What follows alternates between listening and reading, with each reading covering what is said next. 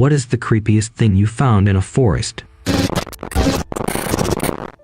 A dead raven skewered on a stick that was sticking up from the ground like a signpost. It had its wings spread wide and beak and eyes open. My mother's story: she had gotten out of the car to stretch during a long drive, and she came upon a clearing maybe 5 minutes into the woods. On one side of the clearing was a tent with someone moving around inside of it. Inside the clearing was a pile of deer carcasses, maybe 20 in all, and one dead golden retriever on top. She was so freaked out that she ducked behind a bush, only to find a set of women's lingerie and a pair of high-heeled shoes crammed under the bush. She ran and never looked back. He still gets the creeps from this story, so that maybe a city-state road could dump. Most places won't pay for a rendering plan to take them, so they just go out to whatever open land and leave them to be reclaimed by nature. A silver women's reign that had its too late etched into it. I still have it to this day.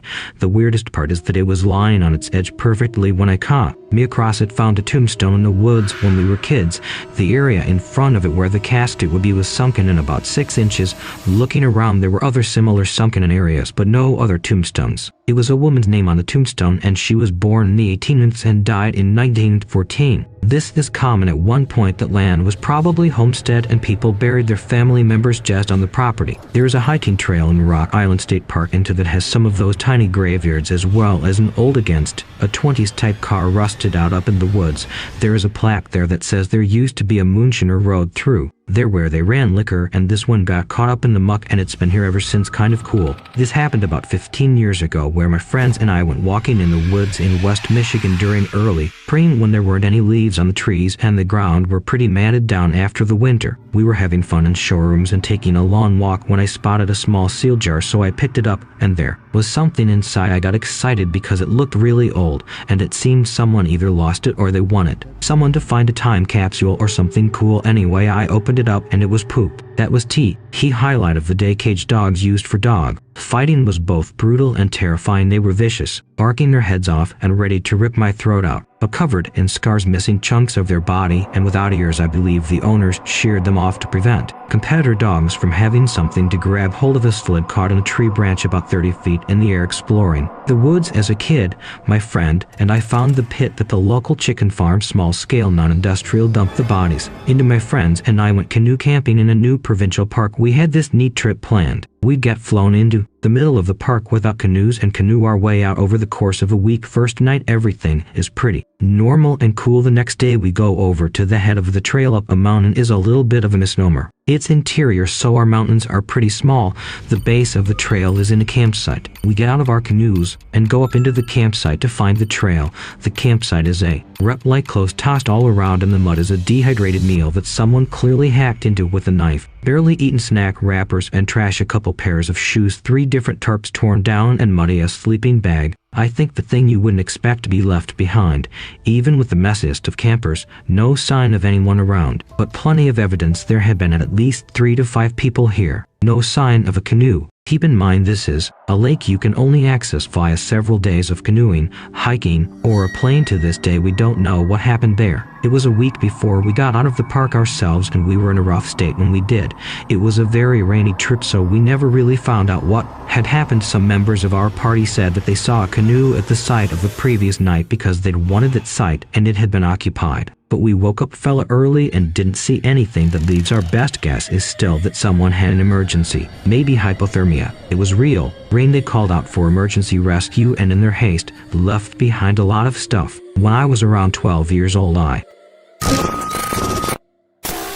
was in the woods across from my house with my cousins. There are a few spots with random junk strewn around the country. Folks love dumping garbage places for free, so we were poking around. We found old-fashioned milk and tipped it over. A bunch of liquid spilled out, followed by a dead baby pig. We completely freaked out and ran home. Probably should have told our parents. I had woods behind my house as a kid. I used to go back there by myself all the time and explore. One day when I was 12 or so, I stumbled across what looked like a little campsite under dirt and tree outcropping. There were towels, clothes, and some car parts scattered all about. This is fairly odd for a small stretch of woods in the regular neighborhood. I didn't think anything much of it then, caused there was plenty of junk like tires back there anyway. 2 days later, all the kids in the neighborhood played a nightly game of hide and go seek tag while my sister was looking for a hiding spot. Of the random man jumped out from a bush and ran into The woods. My sister ran home to tell our parents that a strange man was hiding around the neighborhood. The cops were coincidentally in the neighborhood at the time investigating car break-ins. Turns out the guy my sister came across was stealing car parts and hiding them out in the woods behind my house. I discovered a suicide smelled to KWH. Isle on a high, though boulders flat tires scrambled up a boulder into a small rock. The shelter that served as a climbing access and my sight was met with the underside of a pair of boots and a block in the shriveling black hand. He'd been there for about a week, so animals hated him. Not pretty, a face full of maggots and wasps still, but moving made me hyper-aware of my eyes on orbits. I had dreams of wasps crawling in and around them. There the smell stuck with me the longest. I do search and rescue work and the smell never goes away fully. Random things trigger the smell since I deal with this far too often. Please make sure to talk to someone, maybe even a professional, about what you encountered. It's vitally important. We have a lot of support within our team, and after recovery, we call and text each other a lot to make sure everyone involved is mentally okay. Every once in a while, I'll get a phone call from a member needing to talk about a nightmare they had about a search from years ago, or if you need to talk about it through message me at well, my first gold thank you, but in all seriousness, if someone needs to talk about things like this, message me. Don't think you can handle it, as it comes back in weird ways. Investors' mental health is as important as physical health, and we need to start treating it as such. Back in the summer of 2018, I decided to go hiking with a friend. About half an hour into the trail, we discovered someone hanging from a tree. The guy couldn't have been older than maybe 30 to 31, but it was quite the surprise and shock from what looked like an apparent suicide. A flashlight filled with potato salad or something of similar consistency. I'm done with it. Park. One would say 12. A dog of ours went missing. At the time, we lived in an area with a pretty big forest behind it. My dad and I decided to search for her. About a day after she went missing, we came to a small clearing in the woods. We smelled something horrid and looked around. There we saw her lying down with what looked like a large knife of some sort, basically propped up on her stomach. The brief glimpse I got of her still haunts my dreams. This was about 7 years ago. A raccoon head, just the head, pretty fresh. I checked it out pretty carefully, and it hadn't been decapitated with a knife or anything, so I figure an owl had sat in a nearby tree picking it apart and just dropped the head, but it was unsettling. A child's drawing nailed to a tree deep off the path. 10 years ago, I was hiking on the Superior Hiking Trail in northern Minnesota, came upon a freshly killed deer. Blood was still bright red, and it didn't sting too badly. Fur was lit off of a lot of what remained, which makes me think it was a cougar. The next 2 days, my friends and I swore we were being followed. Didn't help one bit that we were 40 miles outside of a cell service. I've encountered black bears, moose, and I've heard wolves several times while backpacking. I have never been so spooked as when I came upon that deer. Big cats are terrifying. In the abandoned animal cemetery, I was walking around the forest near my house with a friend, and we decided to cut off the path and see how deep we could get through the trees before they became too thick. Where I live is sort of mountainous, so it's pretty easy to walk among the trees without getting too caught up in branches. Everything is sort of spaced apart. Well, anyway, we walked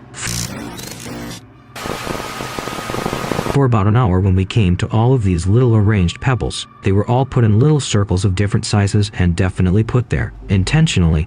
We kept walking and noticed that some of the circles also had crossed with them some serious Blairwood. We really should have just left, but we just so happened to have taken some acid to know this was 100% not a hallucination, and everything was hilarious to us. Eventually, we kept walking and found a sign that explained that it was an animal cemetery, at which point we realized we had just walked over hundreds of buried animal corpses.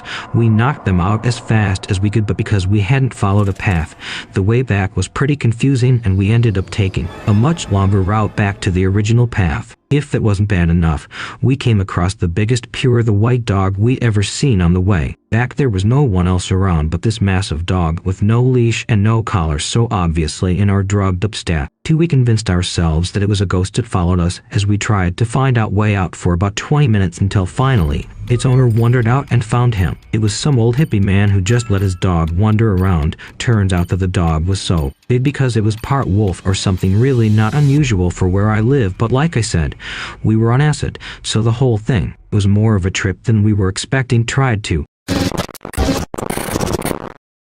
find the cemetery again sober, but couldn't figure out where we had veered off the path. Definitely the weirdest the trip I've had, and the creepiest thing I found in the woods. TL or dead pets. A Polaroid photo of a naked mid-20s guy in a bathtub looking very, very scared in 2007. Oh man, I'm late by half. I'd been waiting for this question around 2002 to 2003. I can't remember. I was at my best friend's house for the weekend with another friend there as well. Now my friend lived pretty far from town, down a country road in the woods. This East Texas, you had to turn off a farm road and down a dirt road into the woods a couple of miles to get to his driveway, also dirt, and cross a small bridge over a pond to get back there. I'm going into detail too much. My point is, he lived in the middle of nowhere.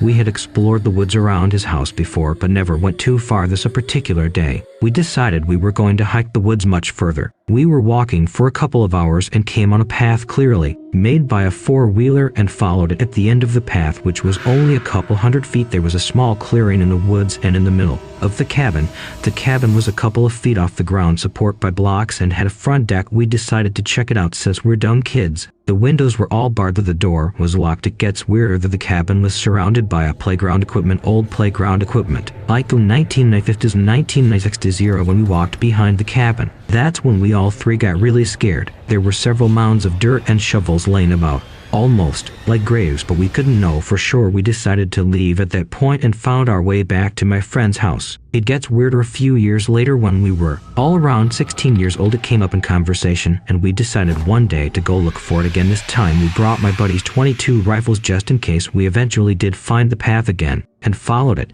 but this time when we got closer, we could hear people and decided to peek through the brush and see everything about the cabin looked the same as before. But this time there were four grown men with two four-wheelers standing there talking, and I mean some hillbilly-looking dudes, y'all. We were a couple of hundred feet away from them and watched them for maybe 30 seconds before one of them spotted us and yelled out to us. He got on his four-wheeler and we ran as fast as we could until we couldn't hear him anymore. After that, we never went back, and my friend moved closer to town that year. It still gets brought up in a conversation sometimes, and all of us have a real sick feeling about it too. My friends and I stumbled onto a creepy cabin in the middle of the woods when we were 13. Went back a few years later and were chased by hillbillies on four-wheelers. The volunteer firefighter here. This happened around late November of 2018. Dispatch drops our tones for a missing 16-year-old female. We are told to meet a sheriff's deputy at the fire station and await further instructions. I turn on my dash light and drive to the station to meet up with everyone else. We get the girl's clothing description, last known location, etc. We all get in their trucks and start driving around to each of her friends' houses, gas stations, their school,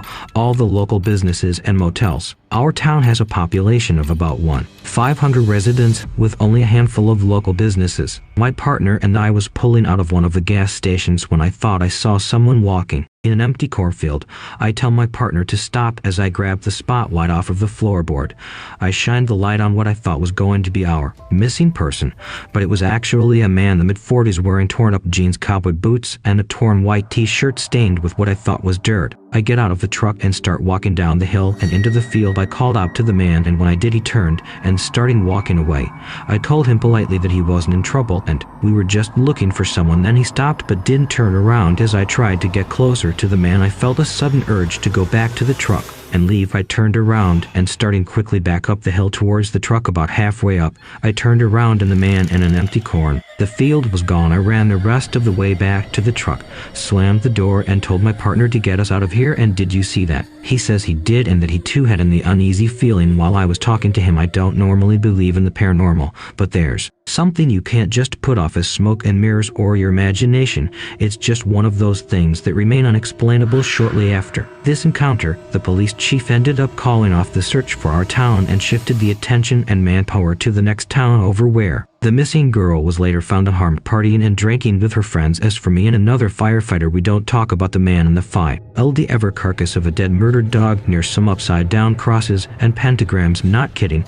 New Jersey is a hell of the place. We camp a lot where we camp. There are a lot of old mining cabins out in the mountains along with the Forest Service roads. No one is ever back there except people ripping through in a Jeep. We were camping one time and my kids brought a metal detector with to see if we could find anything buried. About 3 feet down around one of the old cabins was this big one-fox-1 metallic rock, looked almost like silver. It was very heavy and would go off under the precious metals setting on the metal detector. We wrapped it up in a towel we had to lie around and set it in my truck. We were certain we found something expensive. When we got home, I grabbed it and thought, that's weird. It seems the lighter I unwrapped the towel to find a bunch of broken twigs. My kids 11 and 13 thought I was messing with them. We still go back every year looking for it, but have no clue to this day why it was gone. Maybe cursed, and a good thing it's gone. When I was a kid, a group of us went fishing in a dam spillway. Shortly after we got there, a water moccasin slithered between a few kids, then another and another. None of them bothered with us, but they keep coming by us, all of which happened in less than a few minutes of us being there. So we decided to leave, but not before a few of us went to see where all these snakes were going. What we saw was horror personified, a giant snake ball, hundreds of snakes all tangled together in a huge black mass. Needless to say, we quickly left, never to return to that area again. For listening, the subscribe button and activate the notification bell for more things you don't want to know. Let us know in the comments what you think about these stories.